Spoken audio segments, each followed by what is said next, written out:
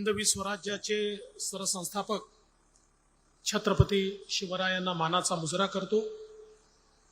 भारतीय राज्यघटनेचे शिल्पकार भारतरत्न डॉक्टर बाबासाहेब आंबेडकर यांना मानवंदना अर्पित करतो।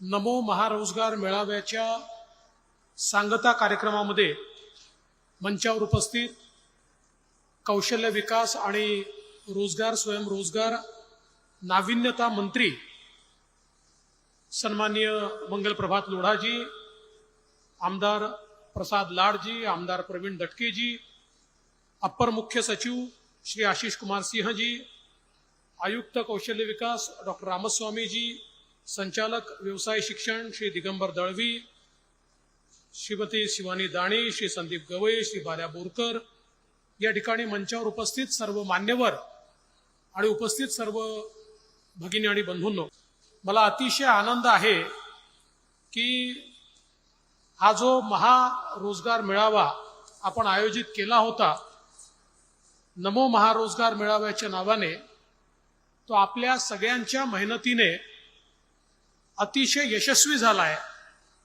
आणि तो केवळ यशस्वीच झालेला नाही, तर लवकरच आपण जाहीर करू शकू या मेळाव्याने देशामध्ये एक रेकॉर्ड तयार केलेला आहे।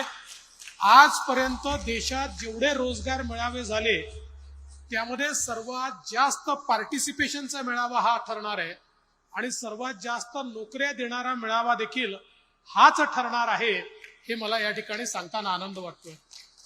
आणि मी विशेष उल्लेख करू इच्छितो आमचे कौशल्य विकास मंत्री मंगल प्रभात लोढ़ाजी, ज्यांनी माझ्या विनंतीला मान देत पुढाकार घेतला आणि त्यांच्या विभागाने आशीष कुमार सिंग असतील, रामस्वामी असतील, दळवी असतील, या सगळ्यांनी याच्यामध्ये अतिशय मोलाची साथ या ठिकाणी दिली।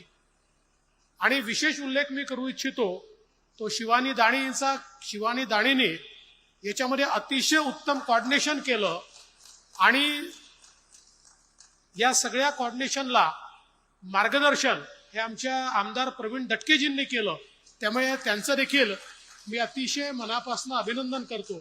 खरं म्हणजे अनेक लोक मंचावर किंवा मंचाखाली अशी आहेत की ज्यांनी खूप मेहनत या मेळाव्याकरता केली, त्या सगळ्यांची नावं मी कदाचित घेऊ शकणार नाही म्हणून प्रातिनिधिक नावं घेतली आहेत, पण त्या सगळ्यांचेच मी अतिशय मनापासून या ठिकाणी आभार मानतो।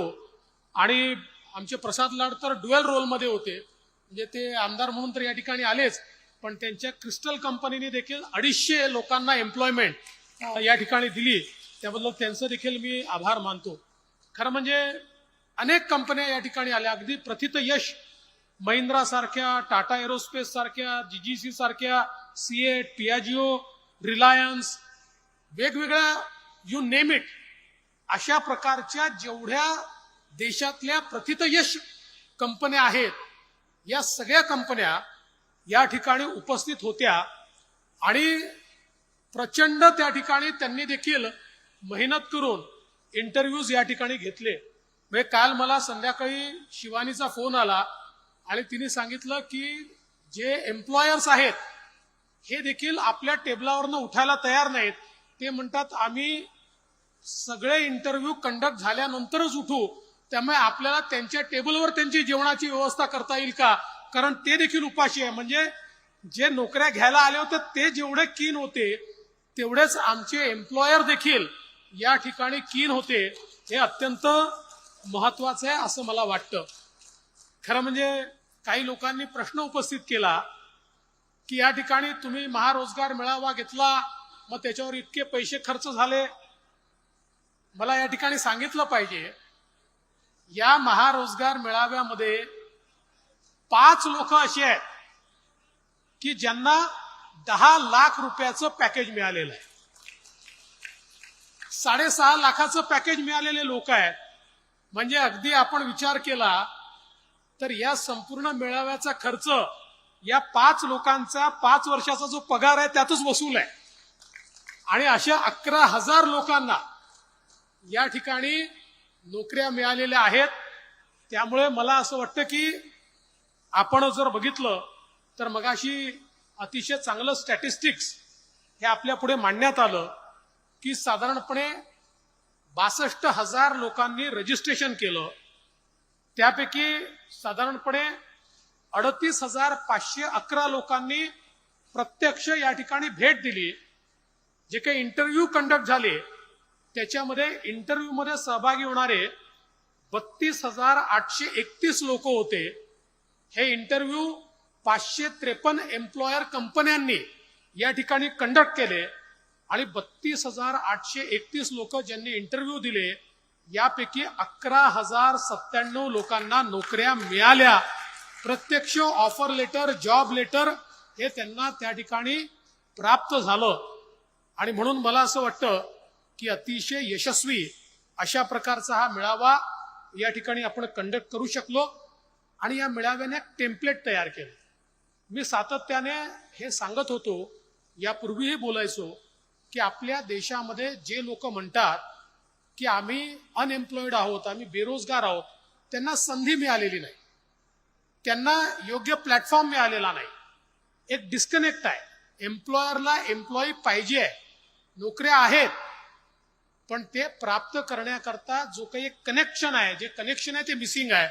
आणि सरकारने ते कनेक्शन तयार करण्याकरता नमो महारोजगार मेळाव्याचं टेम्पलेट तयार केलं. आता हेच टेम्पलेट ज्याची सुरुवात नागपूरहून आम्ही केली, सगळ्या विभागांमध्ये आम्ही घेऊन जाऊ, पलीकडे आम्ही जिल्ह्यापर्यंत ते सगळ्या जिल्ह्यांमध्ये घेऊन जाऊ, जेणेकरून महाराष्ट्रातल्या सगळ्या भागातले जे आमचे तरुण आहेत आणि सगळ्या भागातले जे एम्प्लॉयर्स आहेत यांचा एक कनेक्ट हा महाराष्ट्र सरकारच्या माध्यमातून त्या ठिकाणी होईल आणि निश्चितपणे मोठ्या प्रमाणात आपल्याला लोकांना रोजगार देता येईल. आज खरं म्हणजे आपण या ठिकाणी स्टार्टअप्सला देखील एक स्पेस दिलेली आहे आणि अतिशय चांगले स्टार्टअप्स हे त्या ठिकाणी आलेले आहेत. वेगवेगळ्या टेक्नॉलॉजी मधले, ऍग्रिकल्चर मधले, सायन्स मधले वेगवेगळ्या प्रकारचे जे स्टार्टअप्स आहेत हे बघितल्यानंतर आणि विशेषतः नागपूर आणि विदर्भातले जे स्टार्टअप्स आहेत त्यांनी केलेलं जे काम आहे ते पाहून निश्चितपणे मला त्यांचा सगळ्यांचा अभिमान वाटतो. अशा प्रकारचं काम हे त्या ठिकाणी झालेलं आपल्याला पाहायला मिळत आहे. एका गोष्टीचा उल्लेख हा निश्चितपणे या ठिकाणी केला पाहिजे की लोक असं म्हणायचे, कोणी म्हणायचं बंगलोर स्टार्टअप कॅपिटल आहे, कोणी म्हणायचं हैदराबाद स्टार्टअप कॅपिटल आहे, पण मी नेहमी सांगायचो की स्टार्टअप कॅपिटल हे महाराष्ट्र आहे. आणि आता नुकताच आउटलुकनी देशाचा एक सर्व्हे केला आणि देशाच्या सर्व्हेमध्ये आउटलुकनी हे सांगितलं की देशाचं स्टार्टअप कॅपिटल हे महाराष्ट्र आहे.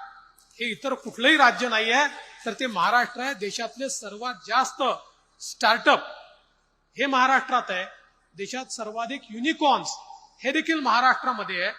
आणि यात सगळ्यात महत्वाचं जर काही असेल तर लोकांना पूर्वी असं वाटायचं की फिनटेक मध्ये स्टार्टअप्स मोठ्या प्रमाणात आहे, पण सगळ्यात जास्त स्टार्टअप्स हे आज आपल्याला ऍग्रिकल्चरच्या स्पेसमध्ये पाहायला मिळतात.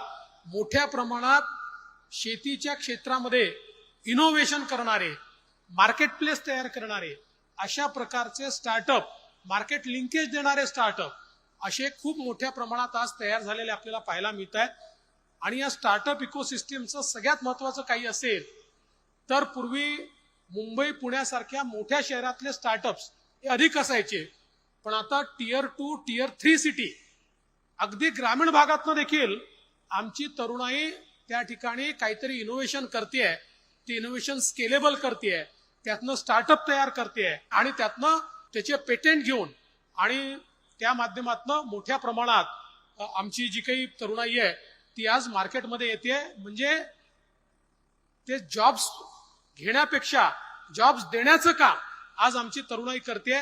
मागच्या काळामध्ये आपण पेटेंट वीक नागपूरमध्येच घेतला होता आणि आपल्या महाराष्ट्र सरकारच्या या नाविन्यता मंत्रालयाच्या माध्यमातून आणि आपल्या इनोव्हेशन सोसायटीच्या माध्यमातून मोठ्या प्रमाणात तरुणाईला आपण मदत करून त्यांचं इनोव्हेशन हे पेटेंटेड करून ते इतर कोणी चोरू नये, त्याचा जो काही कमर्शियल फायदा तो त्यांनाच झाला पाहिजे, अशा प्रकारचा प्रयत्न देखील आज मोठ्या प्रमाणात आपण करतोय. खरं म्हणजे आज देखील काही लोकांनी येऊन नोंदणी केली. आज नोंदणी संध्याकाळपर्यंत सुरू होती, शेवटी काउंटर आपल्याला बंद करावं लागलं. पण मी सांगतो की जेवढी नोंदणी झाली आहे, माझी मंगलजींना विनंती आहे की जी काही नोंदणी झाली आहे, काही लोकांनी काउंटर बंद झाल्यावर येऊन नोंदणी केली आहे, या सगळ्यांचं ट्रॅकिंग आपण केलं पाहिजे.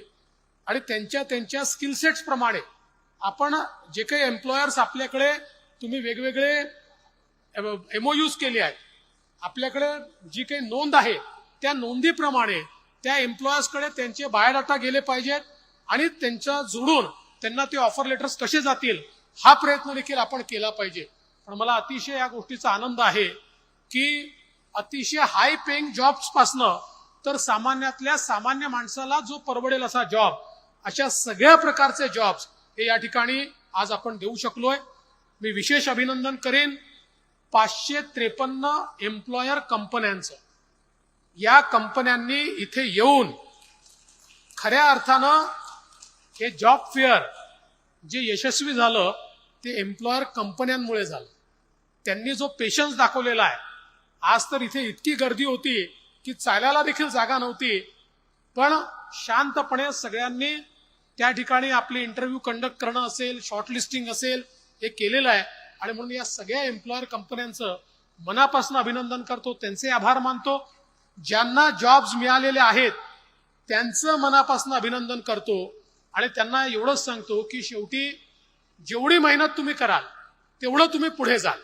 त्यामुळे दिस अ स्टेपिंग स्टोन. आज तुम्हाला जो जॉब मिळालाय, या जॉबमध्ये तुम्ही जर अधिक चांगलं करायचा प्रयत्न केला तर तिथेच तुमचं प्रमोशन देखील होईल किंवा त्यापेक्षा चांगली अपॉर्च्युनिटी तुम्हाला तुमच्या अनुभवाच्या जोरावर मिळेल. आणि म्हणून त्यांचे मी अभिनंदन करतो. ज्यांना मिळू शकलेला नाही त्यांनी निराश होण्याचं कारण नाही आहे. आमचं ट्रॅकिंग त्यांच्याकरता सुरूच राहील.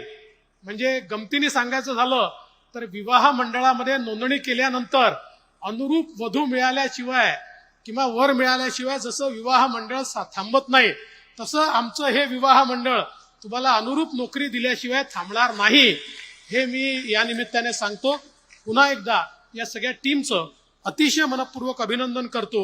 आणि विशेषतः महाराष्ट्र सरकार, आपले मुख्यमंत्री एकनाथराव शिंदेजी, आमच्या विभागाचे सगळे लोक, या सगळ्यांचे अतिशय मनापासून आभार मानतो. माननीय नितीनजींनी काल येऊन आम्हाला मार्गदर्शन केलं, त्यामुळे माननीय नितीनजी गडकरी आपले नेते यांचं देखील अतिशय मनापासून या ठिकाणी मी आभार मानतो. आपल्या सर्वांचे आभार मानतो आणि माझं बोलणं संपवतो. जय हिंद, जय महाराष्ट्र.